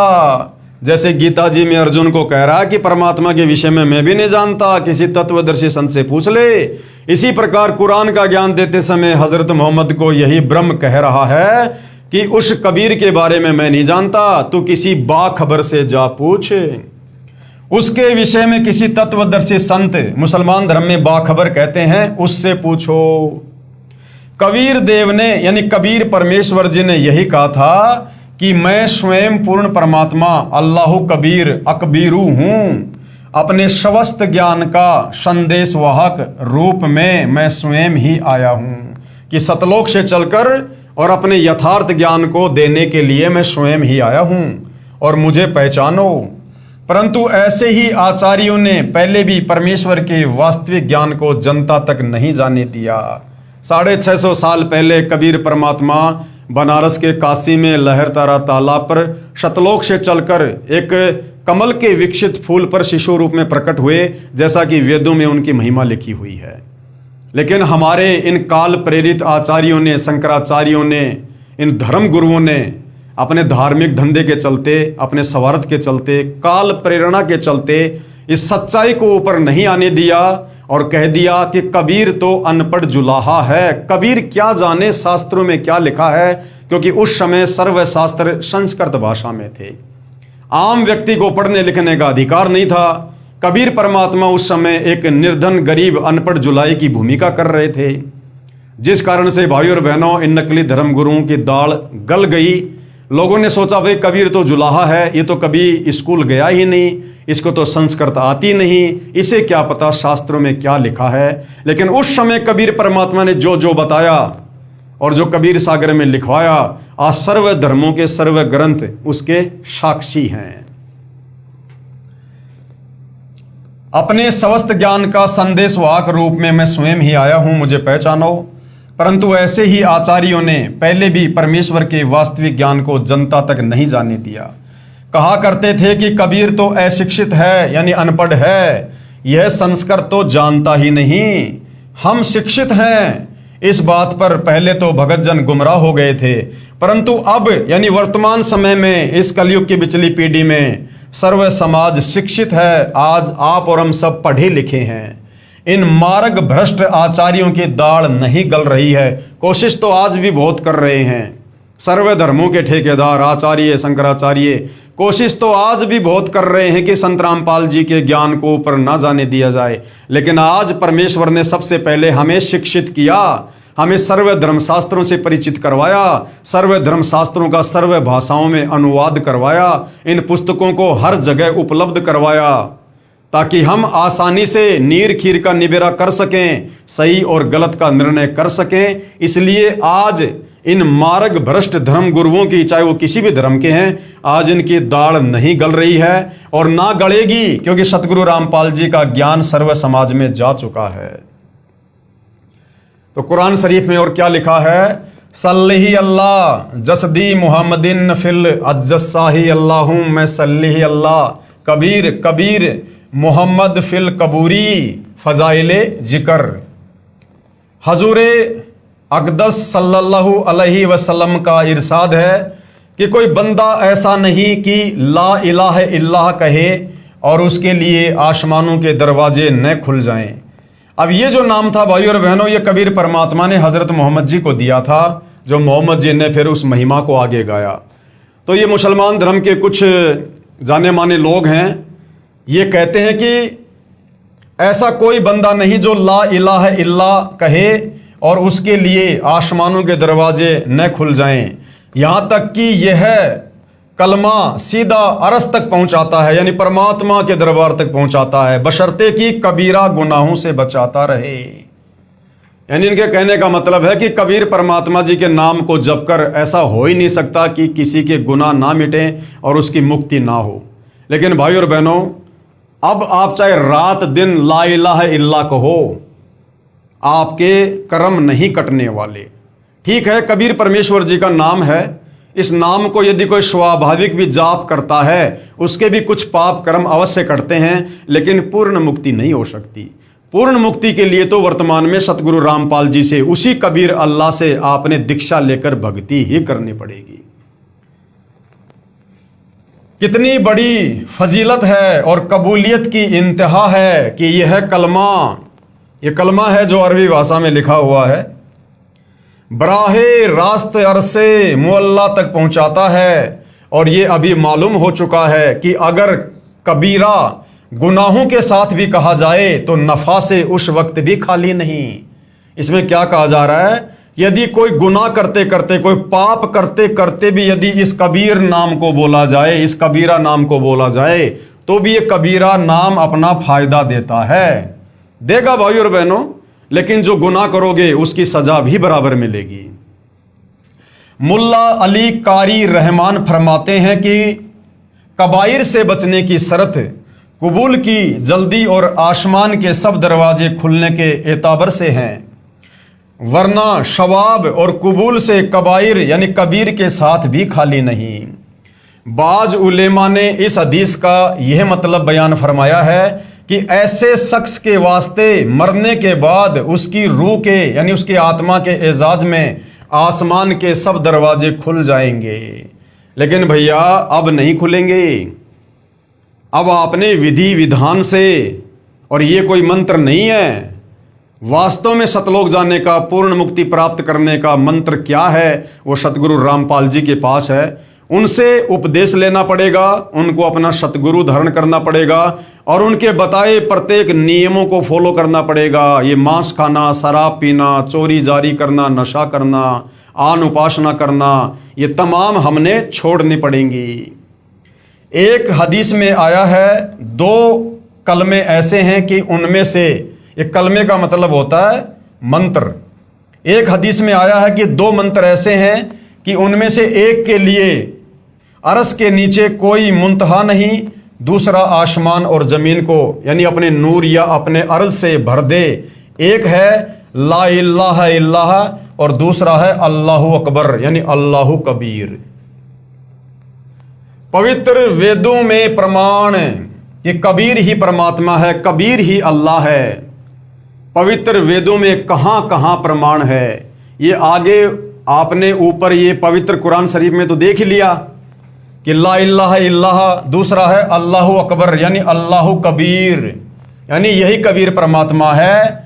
और ये कलमा, ये मंत्र हज़रत मोहम्मद जी को कबीर परमात्मा ने जिंदा बाबा के रूप में 1450 साल पहले दिया था। लेकिन अब भाई और बहनों, आपने ओरिजिनल जो कलमा है, जो मंत्र है, वो लेने पड़ेंगे, तब बात बनेगी। अब वेदों में कहाँ प्रमाण है? कबीर देव अपने ज्ञान का दूत बनकर स्वयं ही आता है, यानी कबीर परमात्मा सतलोक से इस काल के लोक में अपने द्वारा रची सृष्टि का ज्ञान समझाने के लिए, तत्व ज्ञान देने के लिए, अपने ज्ञान का दूत बनकर यानी अपने ज्ञान का प्रचार करने के लिए खुद ही चल कर आता है, किसी को सतलोक से भेजता नहीं है। जैसे आज सतगुरु रामपाल जी के नाम से स्वयं ही आए हुए हैं।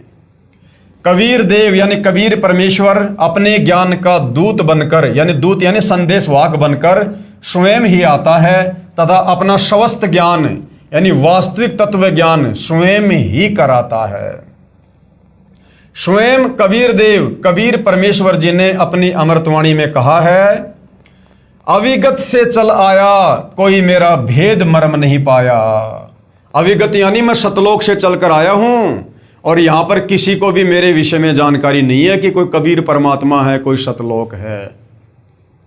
अविगत से चल आया कोई मेरा भेद मर्म नहीं पाया। ना मेरा जन्म ना गर्भ बसेरा बालक हो दिखलाया। काशी नगर जल कमल पे डेरा वहां जुलाहे न पाया।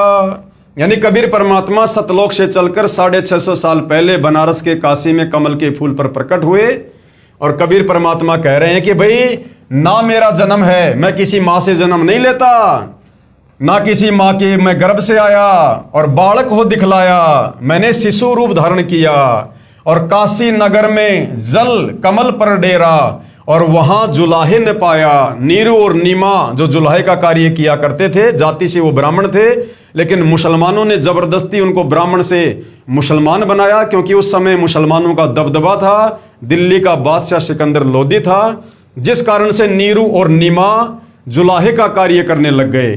तो नीरू और नीमा ने कबीर परमेश्वर की जो है पालन पोषण की भूमिका की उस समय। मात पिता मेरे कछु नाही, ना मेरे घर दासी, और जुल्हा का सुत आण कहाया, जगत करे मेरी हासी। कबीर परमात्मा कहते हैं मेरे कोई माता पिता नहीं है, मेरे तो मुंह बोले माता पिता थे नीरू नीमा, और ना मेरे घर दासी, और मैंने कोई शादी वादी नहीं की, लोग झूठी अफवाह उड़ाते हैं।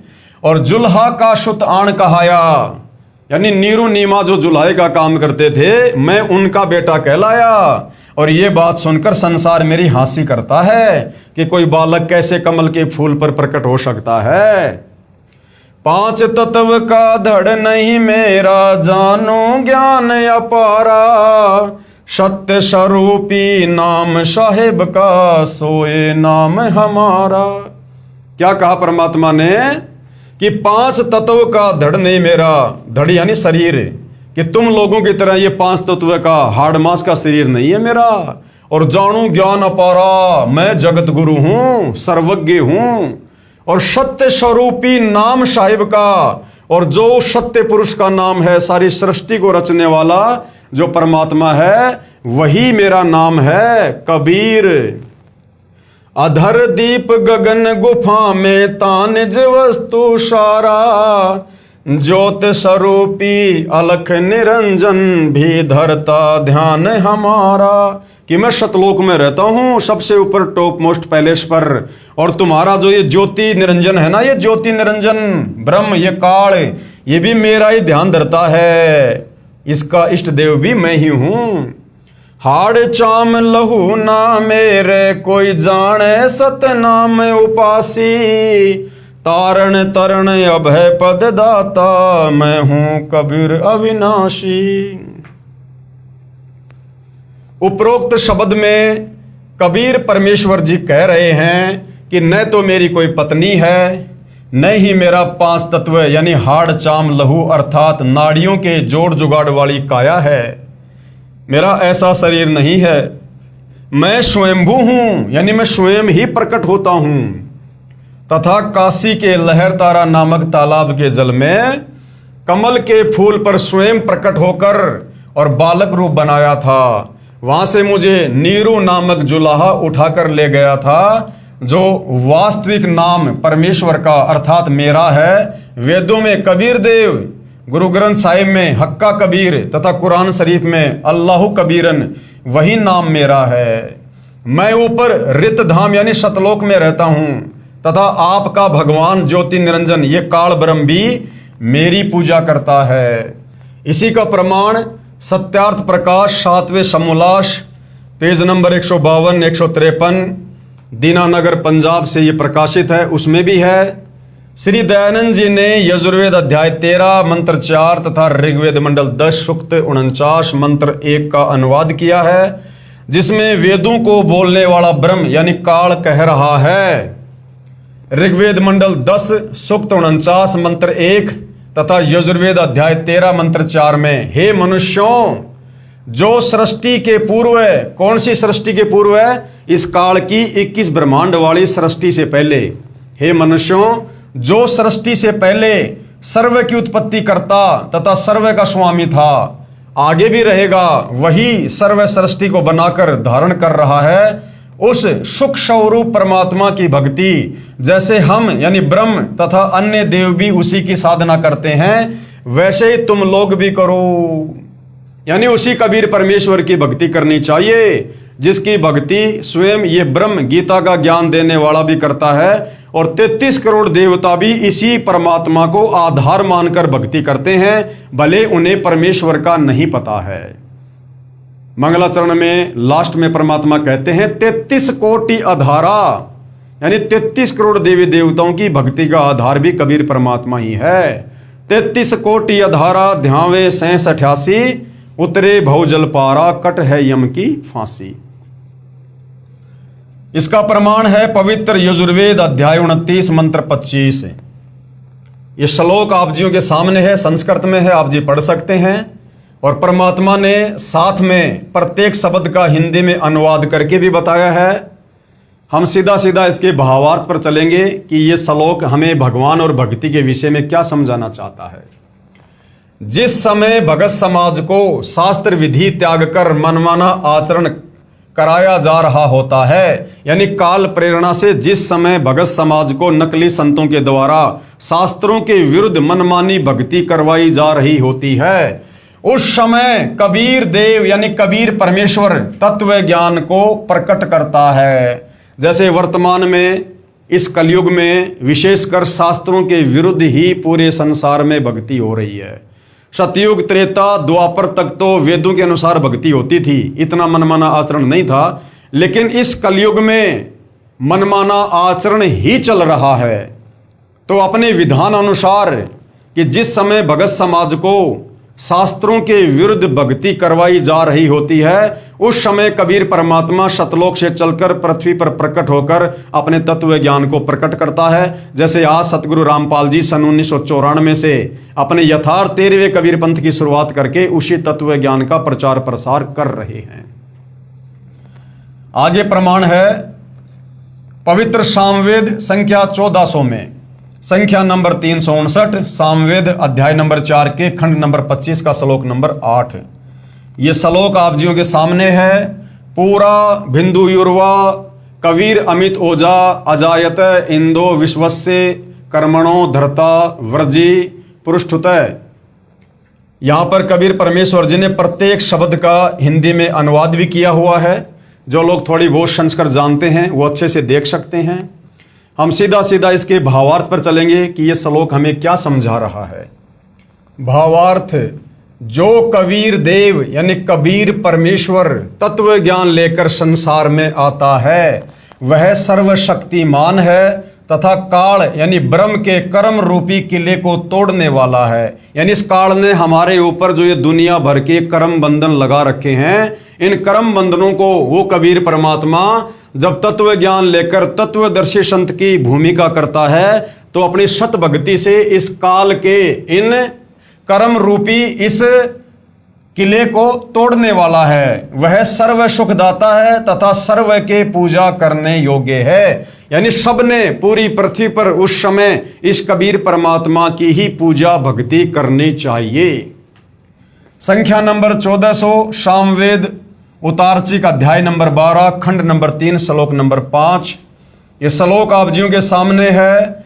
भद्रा वस्त्रा समन्या वशानो महान कबीर वचनानी शनशन आ वचस्व चंबो पुयमानो विचक्षणो जाग्रवी देवीरतो। ये आप जी देख सकते हैं भाई और बहनों, ये श्लोक आप जियों के सामने है और प्रत्येक शब्द का गुरुदेव ने यहाँ हिंदी में अनुवाद भी किया है। हम सीधा सीधा इसके भावार्थ पर जाएंगे कि भावार्थ के माध्यम से गुरुदेव हमें क्या समझाना चाहते हैं।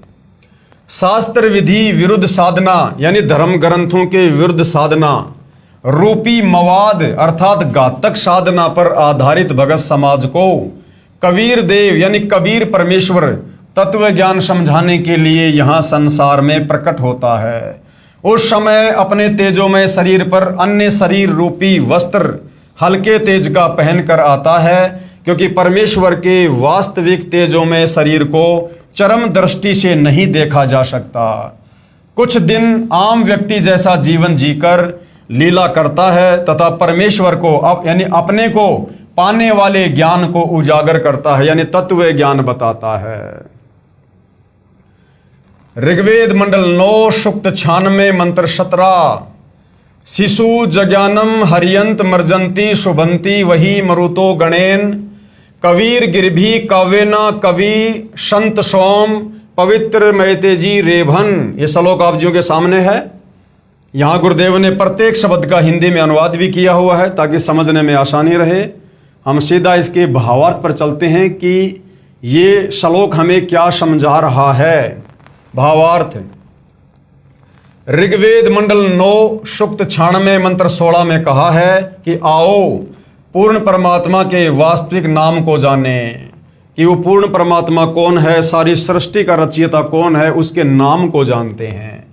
इस मंत्र 17 में उस परमात्मा का नाम व परिपूर्ण परिचय दिया है कि परमेश्वर का क्या नाम है, जिस परमात्मा को निराकार कहकर हमारे नादान धर्म गुरुओं ने ठंडे बस्ते में डाल रखा था, हमें भक्ति और भगवान से दूर कर रखा था, जबकि हमारे पवित्र वेद उस परमेश्वर का नाम तक बता रहे हैं।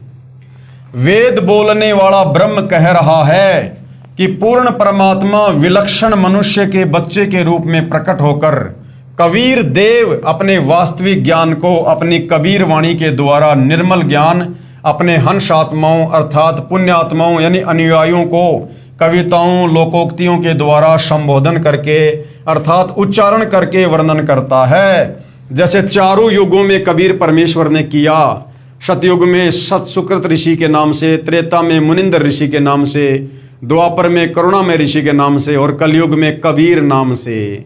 और एक विलक्षण बच्चे के रूप में प्रकट हुए, यानी सतलोक से चलकर कमल के फूल पर प्रकट हुए और फिर अपनी हंस आत्माओं को, अपने भक्तों को उस तत्व ज्ञान को कविताओं के माध्यम से बोल बोल कर उच्चारण करके लोकोक्तियों के द्वारा संबोधन करके अर्थात उच्चारण करके वर्णन किया।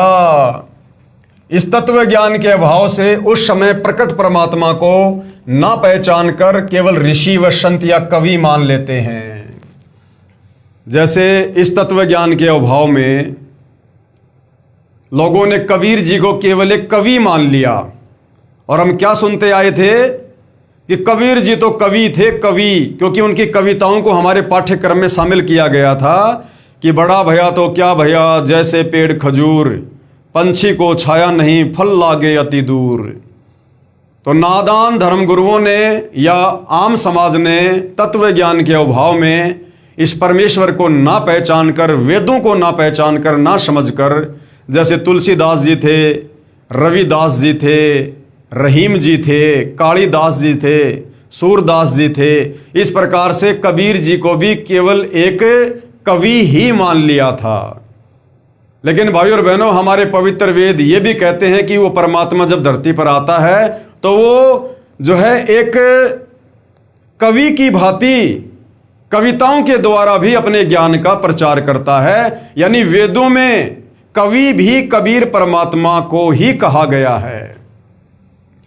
वह परमात्मा स्वयं भी कहता है कि मैं पूर्ण ब्रह्म हूं, परंतु लोक वेद के आधार से परमात्मा को निराकार मानने हुए प्रजाजन नहीं पहचानते, क्योंकि हमारे धर्मगुरु सदियों से हमारे को यही पट्टी पढ़ाते हैं कि परमात्मा तो निराकार है, परमात्मा कभी मनुष्य आकार में नहीं आता है, वो कभी दिखाई नहीं देता है।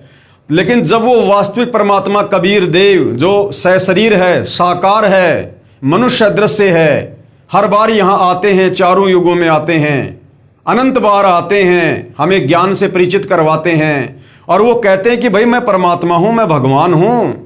लेकिन हम उस परमेश्वर की बात पर यकीन क्यों नहीं कर पाते? क्योंकि सदियों से उससे पहले हमारे नादान धर्मगुरु हमें ये पट्टी पढ़ा चुके होते हैं कि परमात्मा निराकार है, परमात्मा निराकार है, तो हम परमात्मा की बात भी नहीं मान पाते। जैसे गरीबदास जी महाराज ने काशी में प्रकट परमात्मा को पहचान कर उनकी महिमा कही तथा उस परमेश्वर द्वारा अपनी महिमा बताई गई थी, उसका यथावत वर्णन अपनी वाणी में किया है। गरीब जाति हमारी जगत गुरु, परमेश्वर है पंथ, दास गरीब लिखित पढ़े, नाम निरंजन कंत। गरीब हम ही अलख अल्लाह हैं, कुतुब गोश और पीर, गरीब दास खालिक धैनी, हमरा नाम कबीर। गरीब ए स्वामी सृष्टा में, सृष्टि हमारे तीर, दास गरीब अधर बसों, अविगत सत्य कबीर। परमात्मा जी जब भी आए कहा करते थे कि मैं परमात्मा हूं भाई, लेकिन हम नादान धर्म गुरुओं के द्वारा फैलाए गए अज्ञान के अंधेरे में परमेश्वर की बातों पर यकीन नहीं कर पाए और मोक्ष से वंचित रहे। इतना स्पष्ट करने पर भी उसे कवि या संत, भगत या जुलाहा कहते हैं, परंतु वह पूर्ण परमात्मा ही होता है। उसका वास्तविक नाम कबीर देव है। वह स्वयं सत्य पुरुष कबीर ही ऋषि या संत रूप में होता है, जैसे आज संत रूप में सतगुरु रामपाल जी हैं।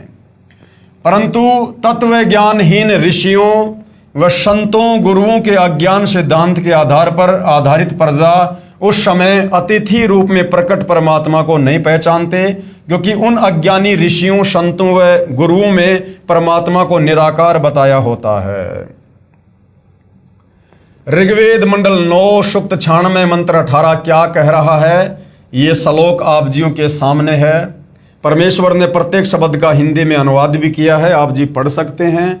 हम सीधा इसके भावार्थ पर चलते हैं। भावार्थ, मंत्र 17 में कहा है कि कबीर देव यानी कबीर भगवान शिशु रूप धारण कर लेता है, यानी छोटे बच्चे का रूप धारण कर लेता है, लीला करता हुआ बड़ा होता है। कविताओं द्वारा तत्व ज्ञान वर्णन करने के कारण कवि की पदवी प्राप्त करता है, अर्थात उसे ऋषि, संत व कवि कहने लग जाते हैं।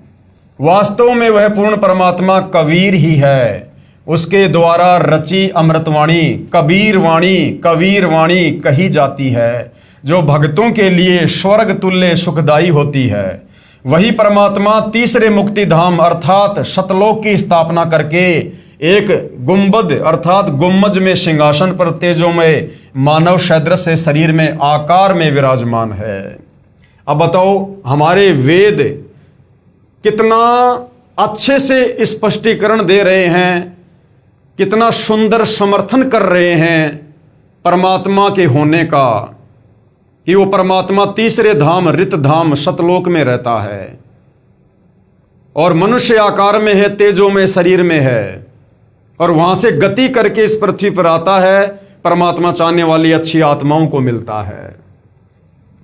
इस मंत्र में तीसरा धाम सतलोक को कहा है। जैसे एक धाम है, ये ब्रह्म जो है काल, एक ब्रह्म का लोक जो है ये 21 ब्रह्मांड का क्षेत्र, इसको एक धाम कहा है।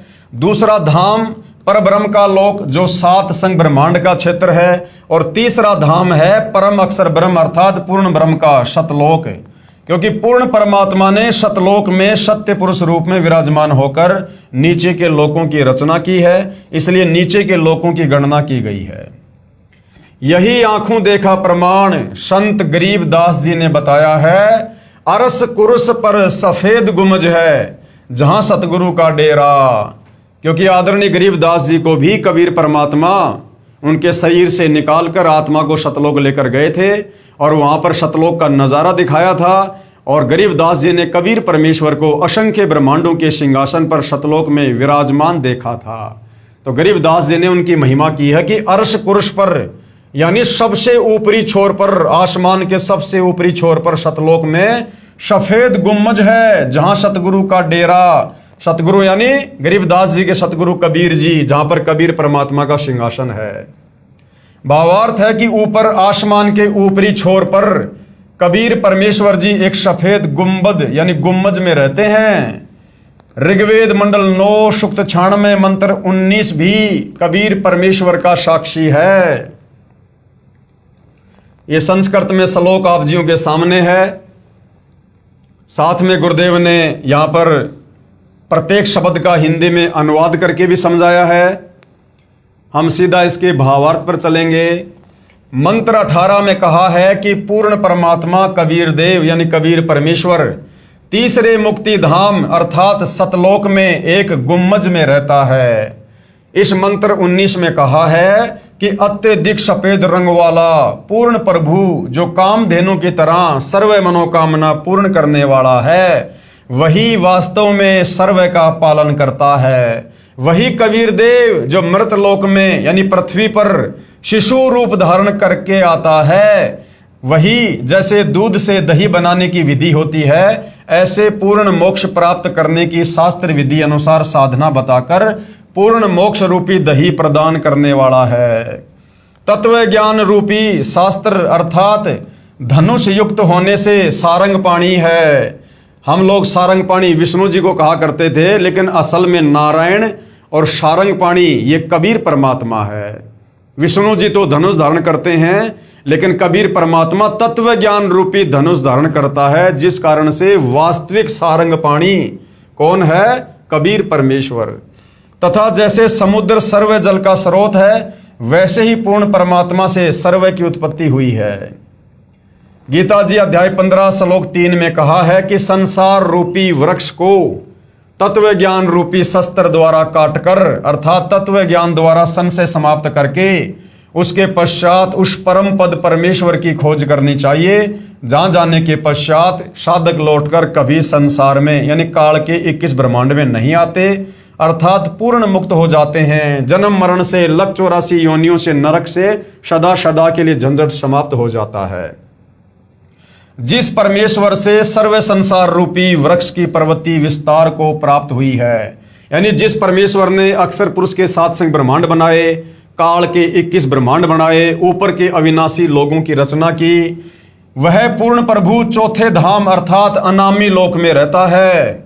सृष्टि रचना में सर्वप्रथम हमने क्या पढ़ा कि सर्वप्रथम केवल एक ही लोक था, अनामी लोक, जिसको अकय लोक भी कहते हैं, अनामे लोक भी कहते हैं, जहां पूर्ण परमात्मा कबीर देव अकेले ही रहा करते थे। वह पूर्ण प्रभु चौथे धाम यानी सबसे नीचा सतलोक, दूसरे नंबर का अलख लोक, तीसरे नंबर का अगम लोक और चौथे नंबर का अनामी लोक, वह पूर्ण प्रभु चौथे धाम अर्थात अनामी लोक में रहता है। जैसे प्रथम सतलोक, दूसरा अलख लोक, तीसरा अगम लोक और चौथा अनामी लोक है। इसलिए इस मंत्र 19 में स्पष्ट किया है कि कबीर देव यानी कबीर परमेश्वर ही अनामी पुरुष रूप में चौथे धाम अर्थात अनामी लोक में भी अन्य तेजों में रूप धारण करके रहता है। उसके बाद ऋग्वेद मंडल 9 सूक्त 96 मंत्र 20 भी इस बात की गवाही दे रहा है कि वो कबीर ही परमात्मा है जिसने सर्व लोकों की रचना की। ये श्लोक आप जियों के सामने है। प्रत्येक शब्द का गुरुदेव ने हिंदी में अनुवाद किया है। हम सीधा सीधा इसके भावार्थ पर चलते हैं। पूर्ण परमात्मा कबीर देव अर्थात कबीर परमेश्वर ऊपर तीसरे धाम अर्थात सत्यलोक में रहता है, तथा वही परमेश्वर अन्य मनुष्य रूप धारण करके चौथे धाम अर्थात अनामी लोक में रहता है। वही परमात्मा वैसा ही मनुष्य वाला सम रूप सुंदर मुखमंडल युक्त श्वेत शरीर युक्त आकार में यहाँ पृथ्वी लोक पर भी आता है, तथा अपनी वास्तविक पूजा विधि का ज्ञान करवाकर बहुत सारे समूह को अर्थात पूरे संघ को सत भक्ति के धनी बनाता है। असंख्य अनुयायियों का पूरा संघ सत्य भक्ति की कमाई से पूर्व वाले सुखमय लोक पूर्ण मुक्ति के खजाने को अर्थात सतलोक को साधना करके प्राप्त करता है। जैसे वर्तमान में वही कबीर परमात्मा सतगुरु रामपाल जी के रूप में धरती पर आए हुए हैं। इसके बाद भाइयों और बहनों, अथर्ववेद कांड नंबर 4 अनुवाक नंबर 1 मंत्र नंबर 7 सतगुरु रामपाल जी द्वारा भाषा भाष्य यानी हमारे चारों वेद सृष्टि रचना का समर्थन कर रहे हैं, परमेश्वर के तत्व ज्ञान को समर्थन दे रहे हैं। ये संस्कृत में श्लोक आप जियों के सामने है, देख सकते हैं।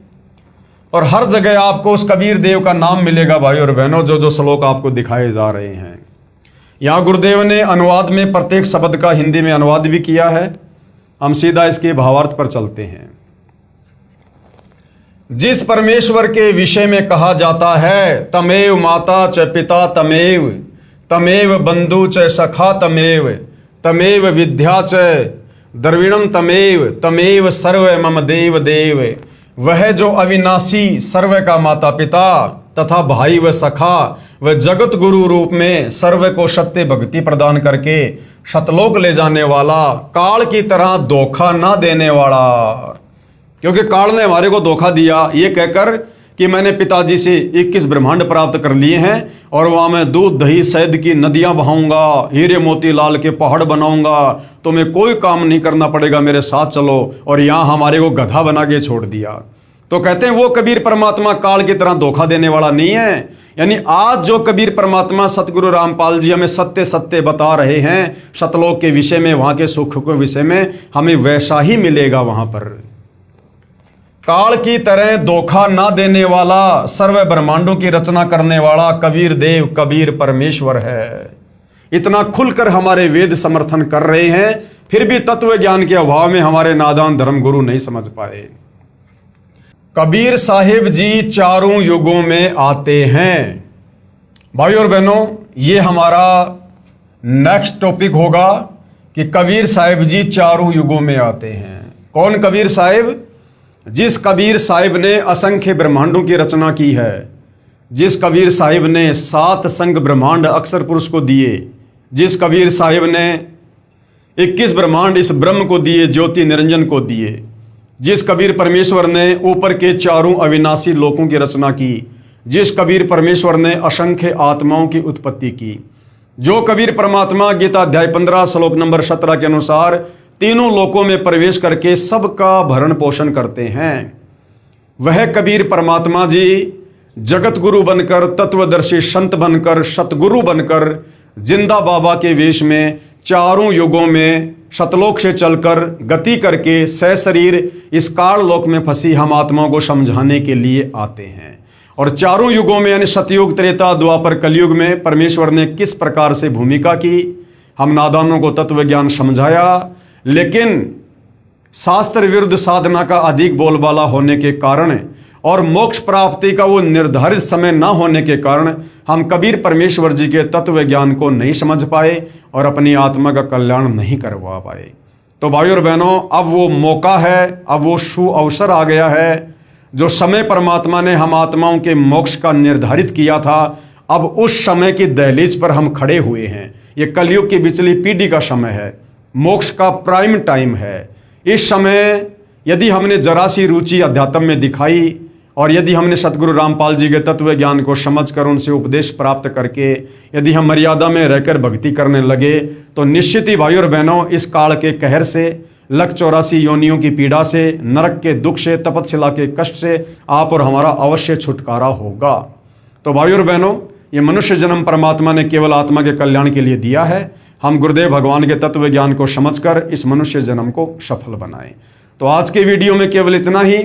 कल रात्रि परमेश्वर की सेवा में एक नए टॉपिक के साथ में फिर हाजिर होंगे।